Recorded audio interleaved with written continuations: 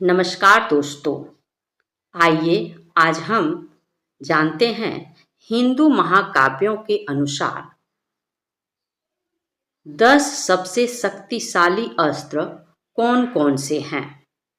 हिंदू धर्म में अस्त्र शस्त्र जैसे धनुष, बाण, तलवार, कटार, भाले, गदा, ढाल के अतिरिक्त दैविक अस्त्र जैसे इंद्र का अस्त्र, वज्रास्त्र, त्रिशूल, सुदर्शन चक्र, पिनाक आदि हैं। अनेक अस्त्र ईश्वरों द्वारा देवताओं, राक्षसों या मनुष्यों को वरदान स्वरूप दिए जाते थे, जैसे ब्रह्मास्त्र, आग्नेयास्त्र। तो चलिए आज हम ऐसे ही कुछ शक्तिशाली अस्त्रों के बारे में जानते हैं। सबसे पहला है पिनाक त्रिशूल। इसके बारे में तो क्या कहें, महादेव का सबसे बड़ा अस्त्र। इसे सिर्फ महादेव के अलावा माता पार्वती ही उठा सकती है। एक बार चल गया तो स्वयं महादेव के अलावा रोकना नामुमकिन है। दूसरे नंबर पे ब्रह्मास्त्र। यह अचूक और सबसे भयंकर अस्त्र है। वेद पुराणों आदि में वर्णन मिलता है। जगत पिता भगवान ब्रह्मा ने दैत्यों के नाश हेतु ब्रह्मास्त्र की उत्पत्ति की। ब्रह्मास्त्र का अर्थ होता है ब्रह्म यानी ईश्वर का अस्त्र। रामायण में जहां यह विभीषण और लक्ष्मण के पास यह अस्त्र था, वहीं महाभारत में यह द्रोणाचार्य, अश्वत्थामा, कृष्ण, कुबलाश्व, युधिष्ठिर, कर्ण, प्रद्युम्न और अर्जुन के पास था। तीसरे नंबर पे है वैष्णव अस्त्र। ये भगवान विष्णु का अचूक अस्त्र था, जिसे उनके अतिरिक्त कोई नहीं रोक सकता था। रामायण में महर्षि विश्वामित्र के पास ये अस्त्र था, जो उन्होंने श्री राम को प्रदान किया। महाभारत में ये अस्त्र श्री कृष्ण और भगदत्त के पास था। नारायण अस्त्र चौथे नंबर पे है। नारायणास्त्र ये भगवान नारायण का अत्यंत विनाशकारी अस्त्र है। इसका कोई प्रतिकार नहीं है और इसे केवल भगवान विष्णु ही रोक सकते हैं।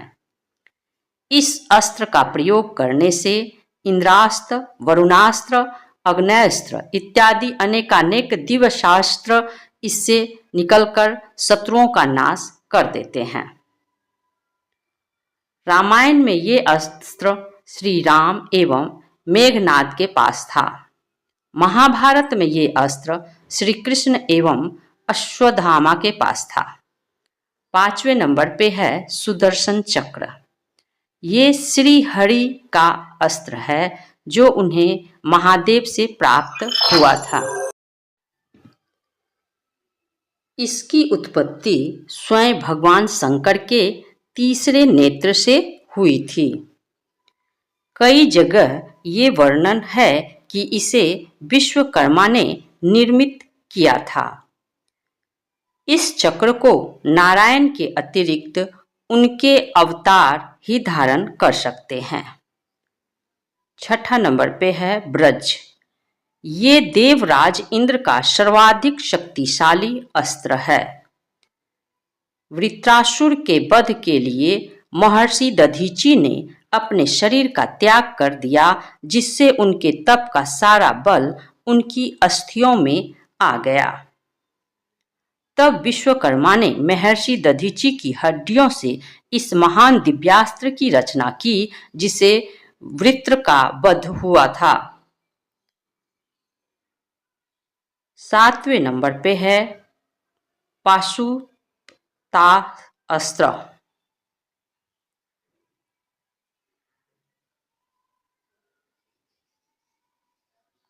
ये भगवान शंकर का महाभयंकर अस्त्र है जिसका कोई प्रतिकार नहीं है। कोई भी शक्ति पाशुपतास्त्र का सामना नहीं कर सकती। भगवान शंकर ने केवल एक ही प्रहार में त्रिपुर का संहार कर दिया था। रामायण में केवल मेघनाथ के पास ये अस्त्र था जो उसे भगवान शंकर से प्राप्त किया था। महाभारत में ये अस्त्र केवल अर्जुन के पास था। 8वें नंबर पे है गरुड़ास्त्र। ये नागास्त्र का निवारण अस्त्र था जिसे अनेक गरुड़ उत्पन्न होते थे और नागों को खा जाते थे। रामायण में ये श्री राम के पास और महाभारत में अर्जुन के पास था। श्री राम ने इसका उपयोग लंका युद्ध में किया था। 9वां नंबर पे है विष्णु ज्वर। ये भगवान विष्णु का सर्वाधिक शक्तिशाली अस्त्र है। इस अस्त्र के प्रहार से भयानक ठंड उत्पन्न होती है जो समस्त चर सृष्टि की चेतना लुप्त कर देती है। ये अस्त्र नारायण के अतिरिक्त केवल श्री कृष्ण के पास था। शिव पुराण एवं विष्णु पुराण दोनों में इस अस्त्र का वर्णन है। जब बानासुर ने विद्रुद युद्ध में श्री कृष्ण ने इस अस्त्र का प्रयोग भगवान शंकर पर कर दिया था। 10वां नंबर पे है दिव्य धनुष बाण। महाकाव्य रामायण हो या फिर महाभारत, दोनों ही इस धनुष बाण से के बिना अधूरे थे। रामायण में श्री राम ने रावण की सेना का वध किया तो पूरी महाभारत इसी से हुई। शिवज्वर ये भगवान शंकर का अस्त्र है जिसे माहेश्वर ज्वर भी कहते हैं। इसकी शक्ति महादेव के तीसरे नेत्र की ज्वाला के समान है जिसे क्षण में समस्त सृष्टि को भस्मीभूत कर दिया जा सकता है। श्री कृष्ण द्वारा विष्णु ज्वर के विरुद्ध इस अस्त्र का उपयोग किया गया था। विष्णु पुराण में विष्णु ज्वर को एवं शिव पुराण में शिव ज्वर को विजेता बताया गया है। ब्रह्म पुराण में वर्णित है कि संसार की रक्षा हेतु उस युद्ध को परम पिता ब्रह्मा ने मध्यस्थता का कर रुकवा दिया था।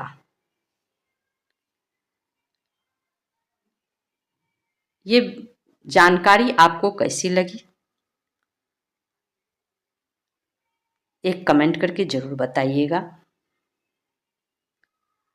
हमारा वीडियो देखने के लिए आपको बहुत बहुत धन्यवाद।